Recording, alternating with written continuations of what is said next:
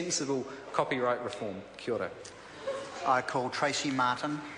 Chair, I rise to take a short call on the Copyright Parallel Importation of Films and Onus of Proof Amendment Act.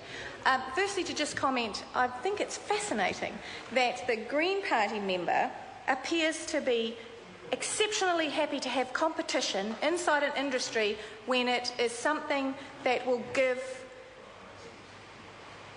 him immediate access to something. And yet often I hear them talking anti-market, anti-competition the rest of the time. So as long as it gives them instant gratification, the Green Party seems to be perfectly all right to argue that there should be competition inside this industry. I also think that when Mr Hughes talks about the fact that the industry has had 10 years to make this adjustment, he's quite right. Saying about another 3 means that it is an extension to 13 years to make that adjustment. Not that there has been no change over the last decade. There has been a huge amount of alterations and amendments made by this industry to try and get up to speed and make the changes required because of the digitalisation of film. But I think that the Green Party member has a lack of understanding, a lack of appreciation about the amount of money required by what are mainly rural cinema owners to step up to this level. $100,000 approximately in projection equipment and screen equipment when you're in a rural area which provides a rural service.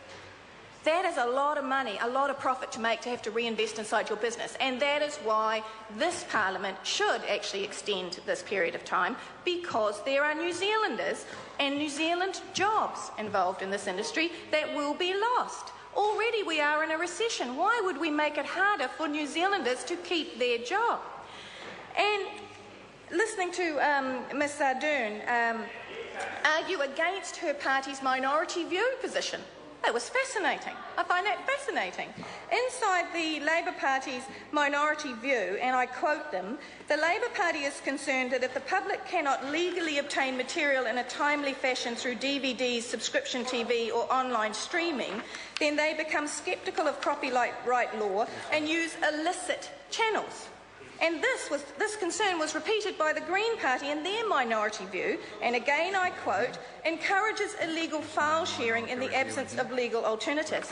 Now, apart from the fact that New Zealand First believes that this is an incredibly long bow, we refuse to believe that New Zealanders that if a New Zealander cannot go to the warehouse or JB Hi-Fi or some other retail outlet on the same day that a motion movie picture has been internationally released and purchase a DVD, that they will then break the law.